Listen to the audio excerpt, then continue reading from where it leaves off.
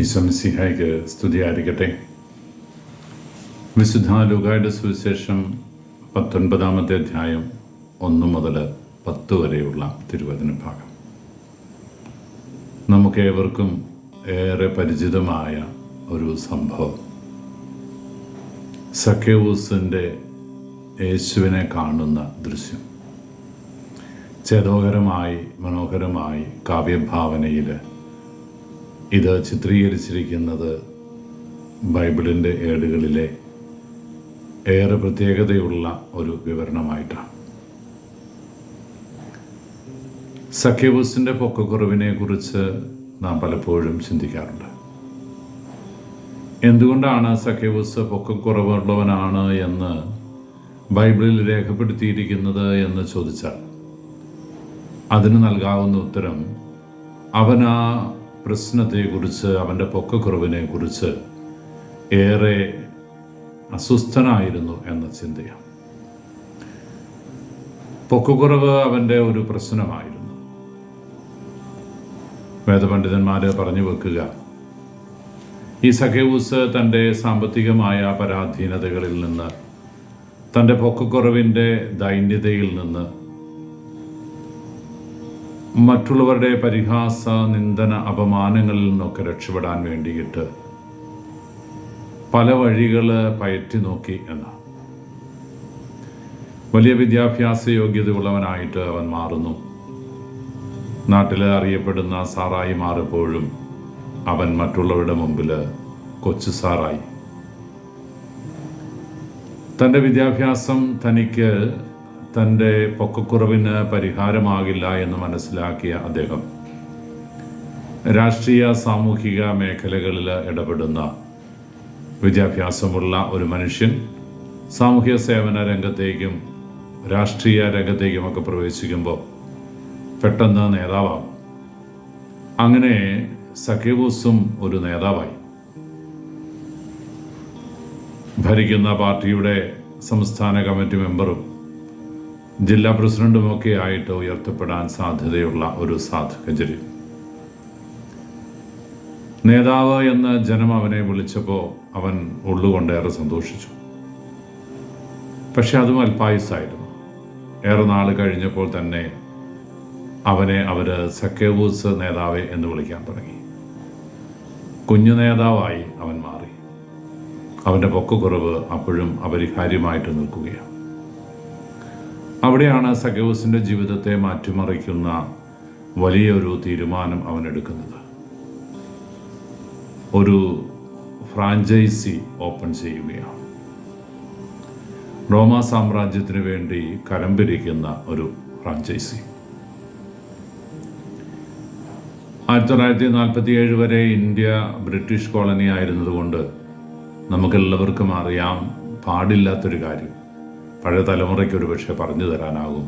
പഴയ തലമുറയിലുള്ളവർ ഭവനങ്ങളിലുള്ളപ്പോഴും ഇപ്പോൾ കൂടെയുള്ളവരുമൊക്കെ ആ കഥകൾ ഏറെ കേട്ടിട്ടുണ്ടാകും. പാരതന്ത്ര്യത്തിൻ്റെ ലോകത്ത് ജീവിക്കുമ്പോൾ അവരിൽ നിന്ന് അവരെ കോളനിയാക്കി വച്ചിരിക്കുന്ന രാജ്യം കനത്ത കരം പിരിച്ച് അവരുടെ രാജ്യത്തിൻ്റെ പുരോഗതിക്ക് വേണ്ടി ഉപയോഗിക്കുമ്പോൾ ഈ നാട്ടിൽ അതിനോട് എതിർപ്പുണ്ടാകും, കലഹങ്ങളുണ്ടാകും, യുദ്ധങ്ങളുണ്ടാകും. അങ്ങനെ അസ്വസ്ഥത നിറഞ്ഞ ഒരു കാലഘട്ടം നമ്മുടെ നാട്ടുരാജ്യങ്ങൾക്കൊക്കെ ഉണ്ടായിരുന്നു 1947-കളിൽ, അല്ലെങ്കിൽ അതിനു മുമ്പ്. കേരളത്തിൻ്റെ ചരിത്രത്തിലും അങ്ങനെയുള്ള ഒട്ടേറെ ഏടുകൾ നമ്മൾ കാണുന്നുണ്ട്. റോമ സാമ്രാജ്യത്തിൻ്റെ കോളനിയായിരുന്ന ഇസ്രായേൽക്കാരും ഇതേ പരാധീനതകൾ അനുഭവിച്ച് കടന്നു പോകുമ്പോൾ അവിടെയും ഉണ്ടായിരുന്നു നികുതി കൊടുക്കുന്നതിനോട് എതിർപ്പ്. ഒട്ടേറെ പേര് നികുതി കൊടുക്കാതെ മാറി നിന്നപ്പോൾ പോലീസ് പല്ലും നഖവും ഉപയോഗിച്ച് അതിനെ എതിർക്കുകയാണ്. പല വഴി നോക്കിയിട്ടും ഉദ്ദേശിച്ചതുപോലെ കരം പിരിക്കാനാകില്ല എന്ന തിരിച്ചറിവ് അവരെ ഈ ഉത്തരവാദിത്വം ഇസ്രായേൽക്കാരായിട്ടുള്ള ആൾക്കാരെ തന്നെ ഏൽപ്പിക്കാൻ വേണ്ടിയിട്ട് പ്രേരിപ്പിക്കുകയാണ്. അങ്ങനെ സക്കേവൂസിനെ പോലെയുള്ള കുറേയേറെ ആൾക്കാർ ഈ കരം പിടിക്കലിൻ്റെ ഫ്രാഞ്ചൈസി ഏറ്റെടുക്കുന്നു. അങ്ങനെ കരം പിടിച്ച് രാജാവിന് സീസറിന് കൊടുക്കുമ്പോൾ സീസർ കൊടുക്കുന്ന കമ്മീഷനായിരുന്നു അവരുടെ വരുമാനം. ജനങ്ങളോട് കരം ചോദിക്കുമ്പോൾ അവർ കരം കൊടുക്കാൻ സാധ്യതയില്ലാത്തതുകൊണ്ട് ഗുണ്ടകളെ വെച്ച് തല്ലിച്ചും ഗുണ്ടാപിരിവ് നടത്തിയും കൊങ്ങയ്ക്ക് പിടിച്ചുമൊക്കെയാണ് അവർ പണമുണ്ടാക്കുക. സ്വാഭാവികമായത് ഗുണ്ടകളെ പോറ്റണം, അവരുടെ കാര്യങ്ങൾ നടത്തണം, പിടിച്ചു വാങ്ങുകയാണ് പണം. അതുകൊണ്ട് തന്നെ പിടിച്ചു വാങ്ങുന്ന പണത്തിന് കണക്കൊന്നുമില്ല. സീസറിൻ്റെ സർക്കാരിന് കൊടുക്കേണ്ട പണം കൊടുത്തു കഴിഞ്ഞാൽ ബാക്കിയൊക്കെ അവൻ്റെ കീശയിൽ അവർ തിന്ന് മതിച്ച് അർമാദിച്ച് നടക്കുകയാണ്. അപ്പോഴും സഖ്യവൂസ് വലിയ പണക്കാരനായിട്ട് മാറുകയാണ്, വലിയ സമ്പത്തിൻ്റെ ഉടമയായിട്ട് മാറുന്നു. വചനം പറയുന്ന പോലെ വൻ ചുങ്കക്കാരിൽ പ്രധാനിയായി മാറുന്നു. ഒരു ജില്ലാ പ്രസിഡന്റിൻ്റെയൊക്കെ ലെവലിൽ എത്തുന്ന സഖ്യവൂസ് വലിയ ധനാഢ്യനായ മനുഷ്യൻ. ഈ സമ്പത്തിൻ്റെ നെറുകയിൽ ജീവിക്കുമ്പോഴും അനുഭവിക്കാനാവാത്ത എന്തോ ഒരു മാനസിക സന്തോഷം, അവൻ്റെ മനസ്സിനെ അലട്ടിയിരുന്ന മാനസിക പിരിമുറുക്കം സഖ്യവൂസിനെ വീണ്ടും അസ്വസ്ഥനാക്കുന്നത് നമ്മൾ തിരിച്ചറിയുന്നുണ്ട്. ഈ അസ്വസ്ഥതയാണ് സഖ്യവൂസിനെ യേശുവിനെ കാണാനുള്ള ആഗ്രഹം ജനിപ്പിക്കുന്നത്. സഖ്യവൂസ് യേശുവിനെ കാണാൻ ആഗ്രഹിക്കുന്നു. അതിനുവേണ്ടിയാണ് അവൻ മരത്തിൽ കയറിയത് എന്ന് നമ്മളാരും വിശ്വസിക്കേണ്ട കാര്യമില്ല. കാരണം വഴിയെ നടന്നു പോകുന്ന ഒരാളെ കാണണമെങ്കിൽ ഒരല്പം ഈ ജനക്കൂട്ടത്തിൽ നിന്ന് വിട്ട് യേശു പോകുന്ന വഴികളിൽ എവിടെയെങ്കിലും ഒന്ന് മാറി നിന്നിരുന്നെങ്കിൽ നിലത്ത് നിന്ന് തന്നെ കാണാമായിരുന്നു. പക്ഷെ സഖ്യവൂസിനൊരു ഭയമുണ്ട്. താൻ യേശുവിനെ കാണാൻ വേണ്ടി ഇങ്ങനെ നിൽക്കുന്നത് ഈ നാട്ടിലെ ജനം കാണുമ്പോൾ വലിയ പ്രമാണിയായ പണക്കാരനായ മുതലാളിയായ സഖ്യവൂസ് യേശുവിനെ കാണാൻ നിൽക്കുന്നു എന്നത് മറ്റുള്ളവർ കാണുന്നത് സഖ്യവൂസിനൊരു കുറച്ചിലായിരുന്നു. എന്ന് മാത്രമല്ല, സഖ്യവൂസിൻ്റെ സുഹൃത്തായ മത്തായിയുടെ ജീവിതത്തിൽ സംഭവിച്ച ദുരന്തം സഖ്യവൂസിൻ്റെ ഭാഷയിൽ അതും അവനെ അലട്ടിയിരുന്നു. ജീസസ് ഓഫ് നാസറത്ത് എന്ന സിനിമ നമ്മുടെ പലരുടെയും ഓർമ്മയിലുണ്ടാകും.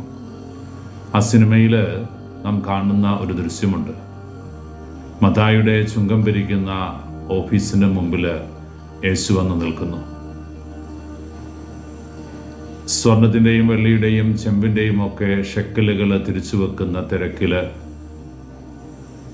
10-20 സ്റ്റാഫ് ജോലി ചെയ്തുകൊണ്ടിരിക്കുന്ന ഒരു ഓഫീസ്. അവർ തരംതിരിച്ച് പറയുന്ന കണക്കൊക്കെ പേപ്പറിൽ എഴുതി കൃത്യതയോടെ സൂക്ഷിക്കുന്ന മത്തായി. യേശുനാഥൻ അവൻ്റെ ഓഫീസിന് മുമ്പിൽ വന്ന് നിന്നിട്ട് ഒരു നിമിഷം മത്തായിയെ നോക്കിയിട്ട് അവനോട് പറഞ്ഞു, മത്തായി, നീ എൻ്റെ പിന്നാലെ വരിക. ഇടം വലം തിരിഞ്ഞു നോക്കാതെ യേശു മുന്നോട്ട് പോവുക. ഒരു നിമിഷാർത്ഥം എന്തോ അസ്വസ്ഥത ബാധിച്ചതുപോലെ നാടൻ ഭാഷയിൽ കിളി പോയതുപോലെ സഖ്യവൂസ് മത്തായി പിന്നെ നാം കാണുന്നത് മത്തായി തൻ്റെ മേശവലിപ്പ് അടച്ച് അതിന് താക്കോലെടുത്ത് കൂടെ നിൽക്കുന്ന കൂട്ടുകാരൻ്റെ കയ്യിലേക്ക് വെച്ചു കൊടുത്ത് യാന്ത്രികമോ എന്നോണം നിലാവത്തഴിച്ചു വിട്ടൊരു കോഴിയെ പോലെ യേശുവിൻ്റെ പിന്നാലെ അവൻ പോവുക. അവൻ്റെ സകല കൺട്രോളും വിട്ട്, അവൻ്റെ സകല പിടിവള്ളുകളും വിട്ട് യേശുവിൻ്റെ പിന്നാലെ ഒരു പോക്ക്. സഖ്യവൂസ് ഇത് ഭയന്നിരുന്നു. അതുകൊണ്ടാണ് സഖ്യവൂസ് തൻ്റെ സമ്പത്തിലുള്ള പിടി നഷ്ടപ്പെടാതിരിക്കാൻ, തനിക്കിന്ന് കെട്ടിപ്പൊക്കിയെടുത്ത ആഢ്യത്വത്തിൻ്റെ വലിയൊരു മേഖലയുണ്ട്, അതിൻ്റെ സമ്പത്തുകൾ നഷ്ടപ്പെടാതിരിക്കാൻ അവൻ യേശുവിനെ കാണാൻ ആഗ്രഹിക്കുന്നു. പക്ഷെ അവൻ്റെ മനസ്സിലൊരു ചിന്തയുണ്ട്, ഒരിക്കലും യേശു എന്നെ കാണരുത്. യേശു എന്നെ കണ്ടാൽ എൻ്റെ സ്വപ്നങ്ങളും സങ്കല്പങ്ങളുമൊക്കെ ഒരു നിമിഷം കൊണ്ട് ഒരു പക്ഷേ ഇല്ലാതാകും. പക്ഷെ അവൻ സംശയിച്ചതും ഭയന്നതും തന്നെ സംഭവിച്ചു. സിക്കമോർ മരത്തിൻ്റെ ചൂട്ടിൽ വന്ന് യേശു സഖ്യവൂസിനെ വിളിച്ചു, സഖ്യവൂസെ ഇറങ്ങി വരിക. പേര് ചൊല്ലി വിളിച്ച് തന്നെ വിളിച്ചവൻ്റെ ആ വിളി സഖ്യവൂസിൽ വലിയ പ്രത്യാഘാതങ്ങളാണ് ഉണ്ടാക്കുക. ഇന്ന് ഞാൻ നിൻ്റെ വീട്ടിൽ താമസിക്കാനിരിക്കുന്നു എന്ന് കൂടെ പറഞ്ഞപ്പോൾ ഒരുപക്ഷെ മരത്തിൻ്റെ മുകളിൽ നിന്ന് പിടിവിട്ട് സക്കേവൂസ് താഴെ എത്തുക. സക്കേവൂസ് ഒരുക്കിയ വിരുന്നിൽ അവൻ ഉറക്കെ വിളിച്ചു പറഞ്ഞു, എൻ്റെ സ്വത്തിൽ പകുതി ഞാൻ ദരിദ്രർക്ക് കൊടുക്കും, വഞ്ചിച്ചെടുത്തവയൊക്കെ 4 ഇരട്ടി തിരികെ കൊടുക്കും. സമ്പത്തിൻ്റെ പകുതി കൊടുക്കുന്നു എന്ന് പറയുമ്പോൾ അത് ചെറിയ കാര്യമൊന്നും അല്ലല്ലോ. കോടിക്കണക്കിന് രൂപയുടെ ആസ്തിയുള്ള സക്കേവൂസ് തൻ്റെ ജീവിതത്തിൻ്റെ ഇന്നോളം സമ്പാദിച്ചു വെച്ച സകലതിൻ്റെയും പകുതി ദരിദ്രർക്കായിട്ട് കൊടുക്കുക. പിന്നെ അവശേഷിച്ചിരിക്കുന്നത് സ്വത്തിൻ്റെ പകുതി മാത്രമാണ്. അവൻ പറഞ്ഞു, ഞാൻ ആരുടെയെങ്കിലും വക വഞ്ചിച്ചെടുത്തിട്ടുണ്ടെങ്കിൽ 4 ഇരട്ടി തിരികെ കൊടുക്കും. കൃത്യമായ കണക്ക് കൂട്ടി നോക്കിയാൽ അറിയാം, 1 രൂപയുടെ 4 ഇരട്ടി എന്ന് പറയുന്നത് 16 രൂപയാണ്. 4 വട്ടം ഇരട്ടിക്കണം. 1 രൂപ മോഷ്ടിച്ചവനിൽ നിന്ന്, തട്ടിപ്പറിച്ചവനിൽ നിന്ന് അവന് മടക്കി കൊടുക്കേണ്ടത് 1 രൂപയ്ക്ക് 16 രൂപ വെച്ചാണ്. വേദപണ്ഡിതന്മാർ തമാശനെങ്കിലും പറഞ്ഞു വെക്കും, സക്കേവൂസിൻ്റെ സകല സമ്പത്തും തീർന്നു. മിക്കവാറും ബാങ്കിൽ നിന്ന് ലോൺ എടുത്തിട്ട് ബാക്കിയുള്ളവർക്ക് അവരുടെ പറ്റു തീർക്കേണ്ട ഗതികേട്, കടത്തിണ്ണയിൽ ചെന്ന് ഇരിക്കേണ്ട ഗതികേടിലേക്ക് ഈ സക്കേവൂസ് മാറുക. പ്രിയപ്പെട്ടവരെ, മത്തായിയുടെ സുവിശേഷം നമ്മളെ ഓർമ്മിപ്പിക്കുന്നുണ്ട്. വിലപിടിപ്പുള്ള ഒരു നിധി ഒളിഞ്ഞു കിടക്കുന്ന വയലിനെ കുറിച്ച് കേട്ടാൽ വേഗമുള്ള ഒരു കർഷകൻ തനിക്കുള്ളതെല്ലാം വിറ്റ് ആ വയൽ സ്വന്തമാക്കും. കാരണം അതിനുള്ളിൽ നിധികുംഭം ഒളിച്ചു കിടപ്പുണ്ട്. അത് സ്വന്തമാക്കാൻ വേണ്ടി എല്ലാം അവൻ നഷ്ടപ്പെടുത്തും. ക്രിസ്തുവാകുന്ന സമ്പത്ത് സ്വന്തമാക്കിയപ്പോൾ സക്കേവൂസ് എല്ലാം മറക്കുക, എല്ലാം പോട്ടേന്ന് വെക്കുക. തൻ്റെ സമ്പത്ത് മുഴുവൻ പോയാലും എനിക്ക് യേശുവിനെ കിട്ടിയല്ലോ എന്ന വലിയ ബോധ്യത്തിലേക്ക് സക്കേവൂസ് കടന്നു വരിക. ആദിമ ക്രൈസ്തവ സമൂഹത്തിൽ ഈ പങ്കുവയ്ക്കൽ നമ്മൾ കാണുന്നുണ്ട്. സ്വയം മറന്ന് ഉള്ളതെല്ലാം ശിഷ്യന്മാരുടെ പാദാന്തികത്തിൽ സമർപ്പിക്കുന്ന, സമ്പത്ത് വിറ്റ് കിട്ടിയ പണം ശിഷ്യന്മാരുടെ കാൽക്കൽ സമർപ്പിക്കുന്ന ആദിമ ക്രൈസ്തവ സമൂഹത്തിലെ ജനം. ക്രിസ്തുവിനെ സ്വന്തമാക്കുന്നവന് ഒന്നും പ്രശ്നമല്ല. സമ്പത്തിൻ്റെ നഷ്ടം അവന് പ്രശ്നമല്ല. ആപത്തോ വാളോ നഗ്നതയോ ഭൂകമ്പങ്ങളോ മറ്റെന്ത് ദുരന്തം സംഭവിച്ചാലും എൻ്റെ യേശുവിനെ എനിക്ക് കിട്ടിയെന്നുള്ള തിരിച്ചറിവ് പൗലോസ്ലീഹയെ നമ്മളെ ഓർമ്മിപ്പിക്കുന്നുണ്ടല്ലോ. പ്രിയപ്പെട്ടവരെ, ഈ സ്വത്തിൻ്റെ ഉടമകളായിട്ട് തീരാനാണ് ഈശോ നമ്മളെ വിളിക്കുന്നത്. യഹൂദ, ഇസ്ലാമിക, ക്രൈസ്തവ മതവിഭാഗങ്ങളുടെ ഇടയിൽ പങ്കുവെക്കലിന് ഒരു തിയറിയുണ്ട്.